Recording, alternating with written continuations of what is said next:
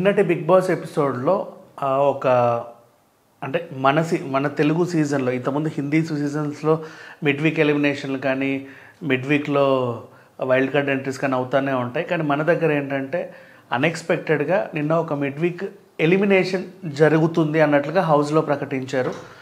ఈ కారణంగా వాళ్ళందరికీ ఒక పవర్ ఇచ్చేసి ఒకరి పేరు చెప్పండి అని అడిగితే అందరూ కలిసి సంజన పేరే చెప్పారు. కాబట్టి సంజన లగేజ్ని బయట పెడితే ఆవిడ హౌస్ నుంచి వెళ్ళిపోవాలని బిగ్ బాస్ కోరడం జరిగింది. నెక్స్ట్ ఏమైంది, సంజన సీక్రెట్ రూమ్లో ఉంటూ వీళ్ళ మాటలన్నీ వింటూ ఉంది. ఇంతవరకు కట్ చేస్తే ఇప్పుడు పెద్ద షాక్ ఏంటంటే సంజనకి సుప్రీంకోర్టు నుంచి నోటీసులు జారీ అయ్యాయి. సుప్రీంకోర్టు నోటీస్ ఎందుకు జారీ చేసిందంటే అప్పుడెప్పుడో మన 2020లో కన్నడ పరిశ్రమ మొత్తాన్ని drugs కొదిపేసింది. Ragini Dwivedi and Sanjana Galrani వీళ్ళందరి పేర్లు అందులో ఉంటే సంజన దాంట్లో నెంబర్ 14 చేర్చారు. దాదాపు ఒక 2 నెలల పైగా తను జైల్లో ఉండి గడిపి బయటకు వచ్చింది. ఆ విషయాలు కూడా ఆవిడ చెప్పారు, మనందరికీ తెలిసిన విషయమే. అయితే తర్వాత ఏంటంటే 3 ట్రయల్స్ ఒకే సంవత్సరంలో జరపలేము అని చెప్పి కొన్ని కారణాల వల్ల ఆ కేసుని రద్దు చేశారు. సో ఈవిడ కొంచెం ఉపశమనం లభించింది, బెయిల్ వచ్చింది, బయటకు వచ్చింది. ఇప్పుడు ఆ కేసు గురించి పెద్దగా లేవు. తాజాగా ఏమైందంటే 2024 సెప్టెంబర్ 25లో ఈ కేసుని మళ్ళీ దీని గురించి చెప్పండి అని కర్ణాటక హైకోర్టుకి సుప్రీంకోర్టు ఆదేశాలు జారీ చేస్తే వాళ్ళు దాన్ని మళ్ళీ తెరవడం జరిగింది. సో అక్కడున్న ఒక న్యాయవాది ఏం చెప్పాడు అంటే ఈవిడ అందులో నిందితురాలే, నైజీరియా నుంచి డ్రగ్స్ సేకరించింది, పలు పార్టీలలోనూ పలు సందర్భాల్లో ఈవిడ విక్రయించింది, తాను తీసుకోవడమే కాక 10 మందికి సప్లై చేసినట్టు కూడా ఆధారాలు ఉన్నాయి, ఇరుగు పొరుగు వాళ్ళు చెప్పారు, ఇదిగో సాక్షులు, ఇదిగో వీళ్ళు అని చెప్పి ఆయన ఒక ఫైల్ తయారు చేశారు. ఆ వివరాలు చెప్పండి అని చెప్పేసి సుప్రీంకోర్టు అడిగింది. అండ్ తాజాగా ఈవిని కూడా గతంలో వాళ్ళ పేర్లు చెప్పని అడిగితే తను చెప్పలేదంట.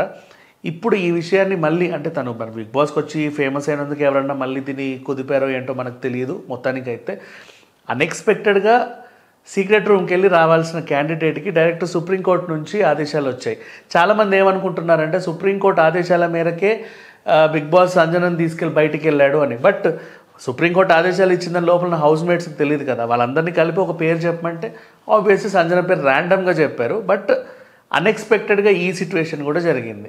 సో ఇప్పుడు ఏంటంటే ఈవిడ మళ్ళీ ఈ కేసు మళ్ళీ తెరిచే అవకాశం అయితే కనబడతా ఉంది. ఎందుకంటే ఇది కొకైన్, ఎండిఎంఏ అండ్ ఇంకా 4-5 రకాల పేర్ల డ్రగ్స్ ఏవైతే ఉన్నాయో ఈవిడ తీసుకున్నట్టు సరఫరా చేసినట్టుగా సాక్షులు ఉన్నారు.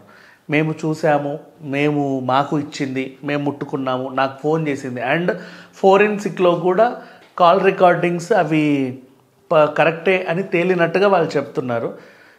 తనేమో నాకు సంబంధం లేని కేసులో నన్ను ఇరికించారంటే ఏదో విచారణకు రండి అని హాజరైతే అంటే జస్ట్ విచారణ రండి అంటే వెళ్ళి హాజరయ్యా.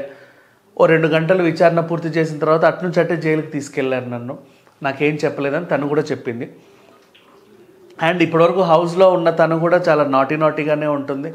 ఈ అమ్మాయి అలా డ్రగ్స్ తీసుకుంటుంది, ఇలాంటిది అనేసి చాలా గతంలో కూడా బిగ్ బాస్ కంటెస్టెంట్ల పైన ఎన్నో ఆరోపణలు వచ్చాయి.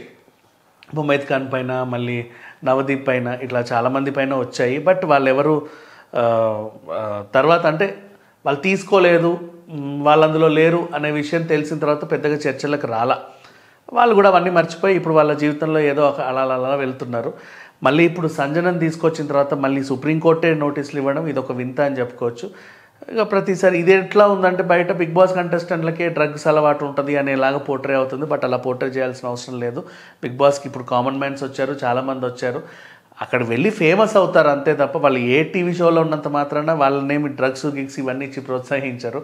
పైగా అక్కడ మందు మార్బల్లాలు ఏముండవు. స్మోక్ అంటే వాళ్ళకి ఏదో అలవాటు ఉన్న వాళ్ళకి ఆ సౌలభ్యం అయితే కల్పించారు, అంతమించి ఇంకేమీ లేదు. ఇంకా మనందరం 24/7 చూస్తూనే ఉన్నాం కాబట్టి పర్సనల్గా వాళ్ళు ఏంటి అనేది అర్థమవుతుంది కొంతమందికి అయితే. అండ్ ఇప్పటివరకు తను కూడా తన ఫేస్ చూసినా సరే నాటీగానే ఉందే తప్పితే పెద్దగా ఈవిడేదో ఒక సైకో లాగా ఒక షాడిస్ట్ లాగా అయితే బిహేవింగ్ ఏం చేయట్లా. నిన్న నా పిల్ల బట్టలు దాచడం కూడా బీన్ బ్యాగ్లో ఏదో సరదాగా చేశారు అంతే.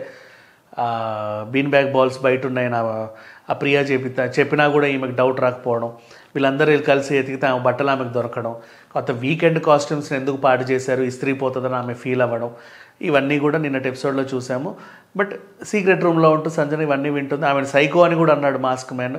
ఈ వ్యవహారాలన్నీ కూడా మనం ఈరోజు సాటర్డే ఎపిసోడ్లో నాగార్జున గారు చెప్తే వింటూ ఉంటాం. వాళ్ళకు కూడా తెలుసు ఇలా తీసుకెళ్ళిన వాళ్ళని సీక్రెట్ రూమ్లో పెడతారు, పెద్దగా ఏమీ ఉండదు. కాకపోతే ఇప్పుడు సీక్రెట్ రూమ్కి వచ్చిన సంజన ఇన్ కేసు ఒకవేళ హౌస్ నుంచి బయటికి వెళ్ళి ఆ విచారణ ఎదుర్కొంటుందా, లేదంటే ఒకవేళ అది చాలా సీరియస్ అయితే మళ్ళీ తను ఏమైనా రిమాండ్కి తీసుకెళ్తారా, అలాంటి అంశాలు అయితే ప్రజెంట్ తెలియదు.